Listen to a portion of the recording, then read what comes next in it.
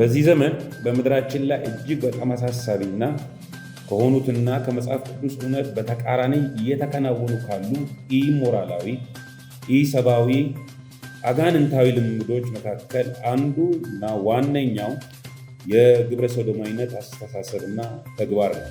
ከጋብቻ ሰሪው ከዲዛይነሩ ውጭ ያለ ማንኛውም የጋብቻ ስርዓት የረከሰ ነው፣ የተበላሸ ነው፣ ወይም ደግሞ ውስጡ ምንም አይነት ትሩፋትና በረከት ጥቅም የለበትም ማለት ነው። የተመሳሳይ ጾታዎች ጋብቻ ወይም ግብረ ሰዶማዊነት የእግዚአብሔርን ስርዓትና ፈቃድ የሚቃወም ትውልዱን ለከፋ ስነ ልቦናዊና ማህበራዊ ቀውስ የሚያጋልጥ ማንኛውም ክርስቲያን ይህንን በተመሳሳይ ጾታ ጋብቻ ላይ ያለው ጉዳይ ሊቃወመውና ሊያወግዘው ይገባል ብለን እናምናለን። ከዚህ አስከፊ ተግባር ከመጠበቅና በጸሎት ከመጋደል በተጨማሪ በይፋ ጉዳዩን ማውገዝ እንዳለብን በማመን ይህን የአቋም መግለጫ አስተላልፈናል። ሌላም በዚያን ጊዜ የተሰበሰብንበትና አጥብቀን ያወገዝነው የኮነናቸው ነገሮች ነበሩ። በጋብቻ ላይ ያለ አደጋ አለ። እሱም ደግሞ ምንድነው? ፍቺ ነው። የተመሳሳይ ጾታ ጋብቻ ፍጹም የመጽሐፍ ቅዱሳዊ ተግባር፣ እግዚአብሔርን የሚቃወም ሰይጣናዊ ተግባርና ለከፋ ጥፋት የሚዳርግ በመሆኑ እጅግ አጥብቀን እንቃወማለን።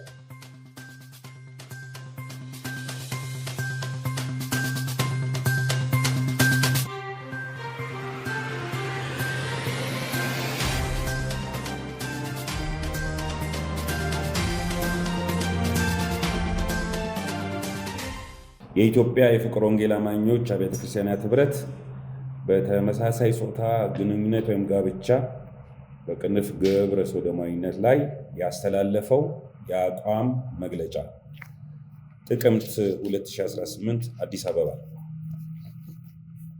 በዚህ ዘመን በምድራችን ላይ እጅግ በጣም አሳሳቢና ከሆኑትና ከመጽሐፍ ቅዱስ እውነት በተቃራኒ እየተከናወኑ ካሉ ኢሞራላዊ፣ ኢሰብአዊ፣ አጋንንታዊ ልምዶች መካከል አንዱ እና ዋነኛው የግብረ ሰዶማዊነት አስተሳሰብና ተግባር ነው። ይህ ተግባር ኢሰብአዊና ኢሞራላዊ ከመሆኑም ባሻገር በምድር ላይ ለጨለማና ለክፉ መንሰራፋት ምክንያት የሚሆን ምድርንም ታላቅ እርግማን ውስጥ የሚከትና ለእግዚአብሔር መንግሥት የወንጌል ሥራ እንቅፋት የሆነና ከነባራዊ የማህበራችን ባህላዊ እሴቶች ጋር የሚቃረን እኩይ የህይወት ዘይቤ ነው። ስለዚህ እኛ የኢትዮጵያ የፍቅር ወንጌል አማኞች አብያተ ክርስቲያናት ኅብረት አመራሮች የጉዳዩን አሳሳቢነትና አስከፊነት በመገንዘብ ሃይማኖታዊ ግዴታችንን እና ማህበራዊ ኃላፊነታችንን መወጣት እንደሚገባን የጋራ ስምምነት ላይ ደርሰናል። ይህንንም ውጥን ወደ መሬት ማውረድ ይቻል ዘንድ ለትውልዱ የእግዚአብሔር ቃል ትምህርት በማስተማር ከዚህ አስከፊ ተግባር ከመጠበቅና በጸሎት ከመጋደል በተጨማሪ በይፋ ጉዳዩን ማውገዝ እንዳለብን በማመን ይህን የአቋም መግለጫ አስተላልፈናል። የአቋም መግለጫውን ሙሉ ቃልም በዚህ እንደሚከተለው ይሆናል። አንደኛ፣ ግብረ ሰዶማዊነትና መጽሐፍ ቅዱስ። እኛ የኢትዮጵያ ፍቅር ወንጌል አማኞች አብያተ ክርስቲያናት ኅብረት አመራሮች ከሰብአዊ አመክንዮች ባሻገር ግብረ ሰዶማዊነትን ማውገዝ የሚያስችል በቂ መጽሐፍ ቅዱሳዊ መሰረት እንዳለ እናምናለን። በዚሁ መሰረት በመጽሐፍ ቅዱስ ውስጥ በብሉይ ኪዳን ሆነ በአዲስ ኪዳን የተመሳሳይ ጾታዎች ጋብቻ ወይም ግብረ ሰዶማዊነት የእግዚአብሔርን ስርዓትና ፈቃድ የሚቃወም ትውልዱን ለከፋ ስነ ልቦናዊና ማህበራዊ ቀውስ የሚያጋልጥ ኢሰብአዊና ኢሞራላዊ ድርጊት ወይም ኃጢአት መሆኑን የሚያስረግጥ ትምህርተ መለኮት መኖሩን አበክረን እናምናለን። የእምነት አባቶች ሆኑ ሐዋርያት የዚህን ድርጊት አስከፊነት ተረድተው በመንፈስ ቅዱስ በመረዳት በዝርዝር እና በጥልቀት እንደኮነኑትና እንዳወገዙት ቅዱስ ቃሉ ገልጦ ያስተምረናል። ዋቢ እንዲሆነን ዘፍጥረት ምዕራፍ 18 ቁጥር 16፣ ምዕራፍ 19 ከ1 እስከ 11፣ ዘሌዋውያን 18 ቁጥር 22፣ እንደገናም ሮሜ ምዕራፍ 1 ከ24 እስከ 27 ላይ መመልከት ይቻላል። እነዚህ ከላይ የተጠቀሱት የቅዱስ መጽሐፍ ክፍሎች እንደሚያስረዱ ከሆነ የተመሳሳይ ጾታ ጋብቻ ፍጹም የመጽሐፍ ቅዱሳዊ ተግባር፣ እግዚአብሔርን የሚቃወም ሰይጣናዊ ተግባርና ለከፋ ጥፋት የሚዳርግ በመሆኑ እጅግ አጥብቀን እንቃወማለን። በዚህ አስተሳሰብና ተግባር ውስጥ ያሉ ሰዎች ሁሉ በንስሐ ወደ እግዚአብሔር በመመለስ ከእግዚአብሔር ጋር እንዲታረቁ ጥሪያችንን እናስተላልፋለን። ሁለተኛ፣ ግብረ ሰዶማዊነትና የትውልድ ቀጣይነት። እኛ የኢትዮጵያ የፍቅር ወንጌል አማኞች አብያተ ክርስቲያናት ህብረት አመራሮች በጽሑፍ ቅዱሳን በመጽሐፍ ቅዱሳችን በዘፍጥረት ምዕራፍ 1 ቁጥር 27 ብዙ ተባዙ ምድርን ሙላት ለሚለው አምላካዊ ድንጋጌ ማስፈጸሚያ ብቸኛው መንገድ አንድ ወንድና አንድ ሴት ተቃራኒ ጾታዎች በሚያደርጉት ህጋዊ ጋብቻና ጥምረት ውስጥ በሚኖረው የትውልድ መተካት ስርዓት ብቻ መሆኑን አበክረን እናምናለን። ለዚህም ደግሞ መጽሐፍ ቅዱሳችን ዘፍጥረት ምዕራፍ 5 ቁጥር 2 ላይ ወንድና ሴት አድርጎ ፈጠራቸው እንደሚል የተመሳሳይ ጾታ ወይም ግብረ ሰዶማዊነት ግብረ ገባዊ ድርጊት ግን ትውልድን ለመተካት እግዚአብሔር ካስቀመጠው ስርዓት ያፈነገጠ ኢሞራላዊ ድርጊት መሆኑንና በዚህ ውስጥ የሚተካ ትውልድ ባለመኖሩ ለብዙ ተባዙ አምላካዊ ስርዓት እንቅፋት የሆነ አስተሳሰብና ድርጊት መሆኑንም ጠንቅቀን እንረዳለን። ስለዚህ ይህ ድርጊት ትውልድ በምድር ላይ እግዚአብሔር በወሰነው መንገድ እንዳይባዛ እንቅፋት የሆነ ይህ መጽሐፍ ቅዱሳዊ ተግባርና እግዚአብሔርን የሚያሳዝን ኃጢአት መሆኑን እጅግ አጥብቀን እንቃወመዋለን። ሶስተኛ፣ ግብረ ሰዶማዊነትና የጤና ቀውስ። ተመሳሳይ ጾታ ጋብቻ ወይም ግብረ ሰዶማዊነት በብዙ የስነ ልቦናና የሕክምና ባለሙያ ምሁራን እንደተገለጠው በዚህ ድርጊት ውስጥ የሚገኙ ሰዎች ለበርካታ የስነ ልቦናና አካላዊ የጤና ቀውስ የተጋለጡ መሆናቸውን የሚያረጋግጡ አያሌ ሳይንሳዊ ማስረጃዎችም እንዳሉ ይታወቃል። ስለዚህ ግብረ ሰዶማዊነት ዜጎቻችንን በተለይም በተተኪ ትውልድ ላይ የሚያስከትለው መንፈሳዊ ቀውስ በተጨማሪም ስነ ልቦናዊ አካላዊ ቀውስ የሚያመጣ በመሆኑ አጥብቀን እንቃወመዋለን። አራተኛ፣ ግብረ ሰዶማዊነትና ማህበራዊ ቀውስ። የተመሳሳይ ጾታ ግንኙነት ወይም ግብረ ሰዶማዊነት በጥቂት አገራት ካልሆነ በስተቀር በበርካታ ሀገራት ፍጹም የተወገዘ ነው። እንደ ኢትዮጵያ ባሉት ሀገራት ደግሞ በየትኛውም ሃይማኖትና ባህልም ሆነ ተቀባይነት የሌለው ድርጊት ከመሆኑን ባሻገር አገሪቱ በምትተዳደርበት የቤተሰብ ሕግ ጭምር የተወገዘ ተግባር በመሆኑና ድርጊቱን በራሱ ኢሞራላዊ፣ ኢሰብአዊና ከማህበረሰብ አኗኗር ስርዓት ያፈነገጠ በመሆኑ ማህበራዊ ቀውስ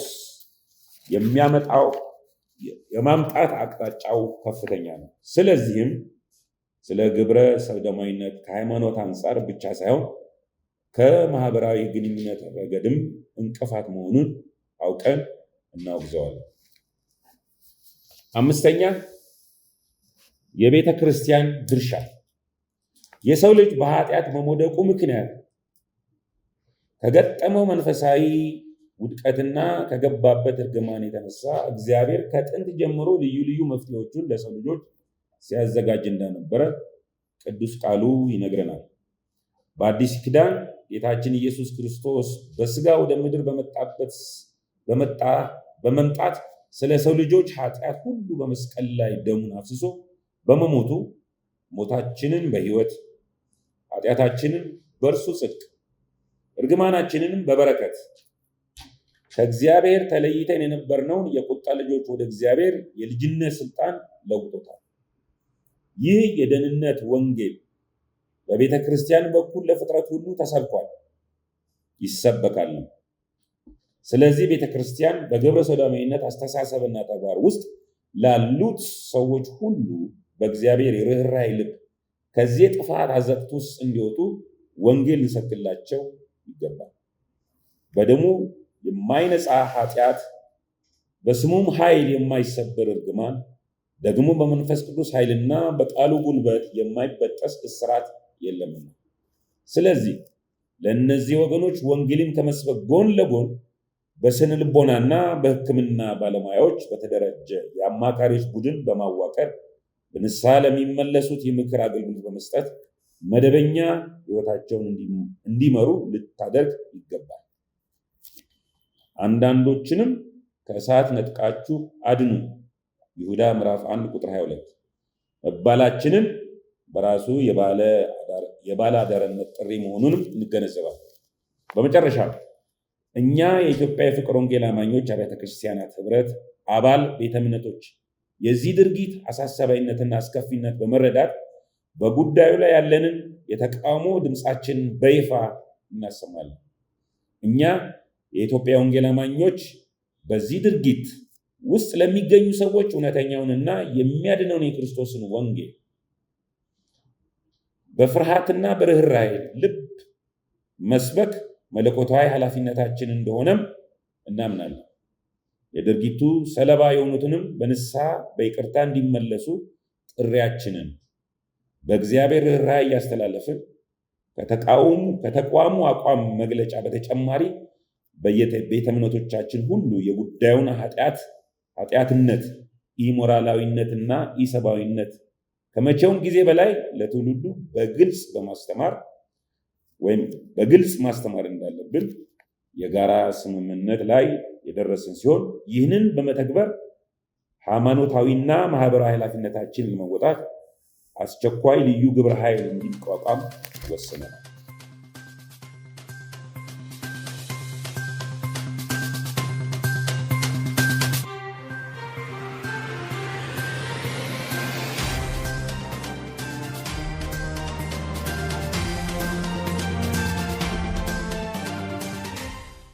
እግዚአብሔር ለሰው ልጆች ከሰጣቸው ስርዓቶችና በረከቶች መካከል ዋነኛው የጋብቻ ስርዓት ነው። የጋብቻ ስርዓት ደግሞ የዚህ የጋብቻ ስርዓት ሰሪና ዲዛይነር እግዚአብሔር ነው።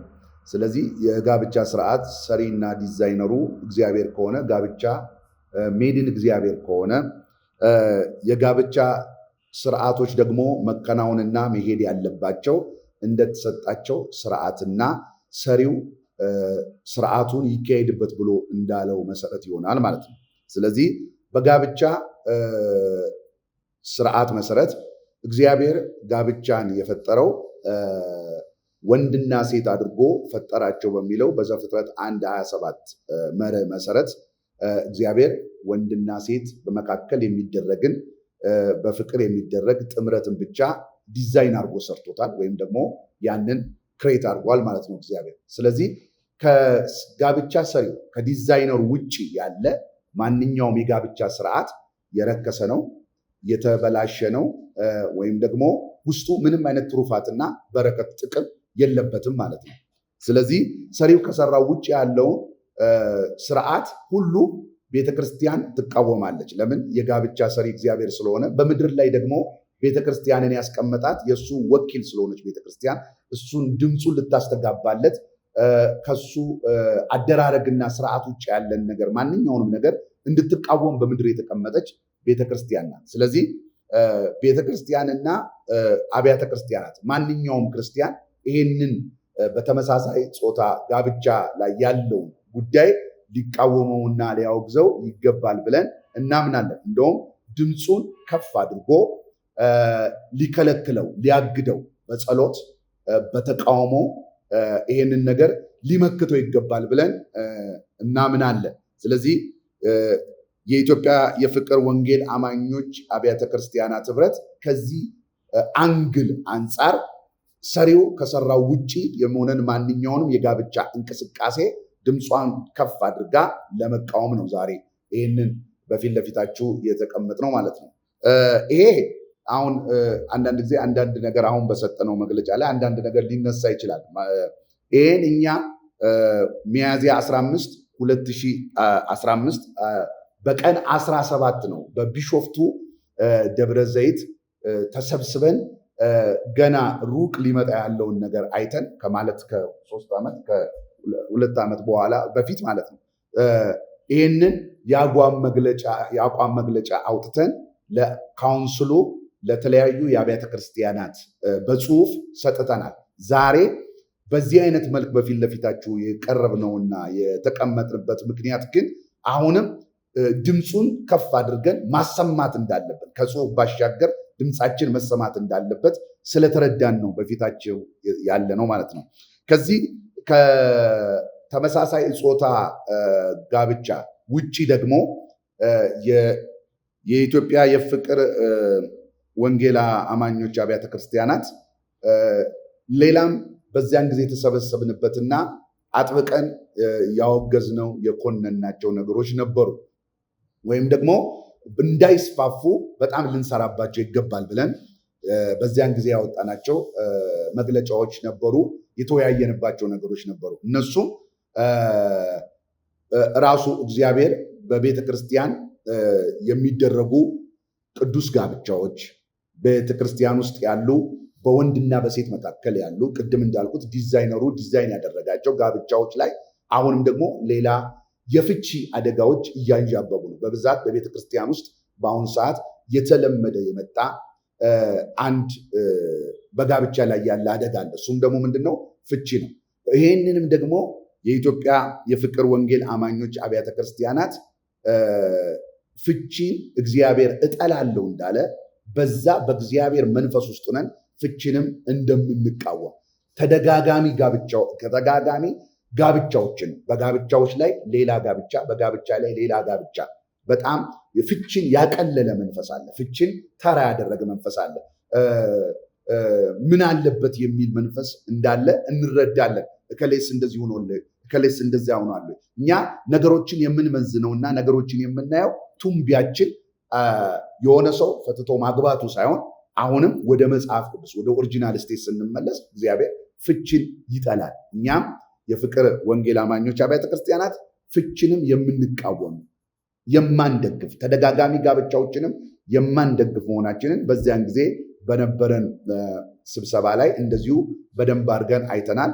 ከዚህ ውጭ ባሉት ደግሞ መጽሐፍ ቅዱሳዊ የሆኑ አስተምህሮቶች እንደገናም ደግሞ መጽሐፍ ቅዱሳዊ የሆኑ ልምምዶች፣ ገስታውሶች፣ የተለያዩ መጽሐፍ ቅዱሳዊ የሆኑ ልምምዶችንም እንደምንቃወም በዚያን ጊዜ በጽሁፍ ለካውንስሉ ቀድመን ማለት ነው። አሁን የሚወጡ መግለጫዎች ምናልባት እኛ በጽሁፍ ስለሰጠ ነው እንጂ እኛ ያንን በአቋም ደረጃ የኢትዮጵያ የፍቅር ወንጌል አማኞች አብያተ ክርስቲያናት እንደምንቃወም ያን ጊዜ በጽሁፍ ሰጠናል ማለት ነው ለካውንስሉ ለተለያዩ አብያተ ክርስቲያናት። ስለዚህ አሁንም በማጠቃለል የምናገረው ነገር ቢኖር ከዚህ ከተመሳሳይ ጾታ ጋብቻ ውጪ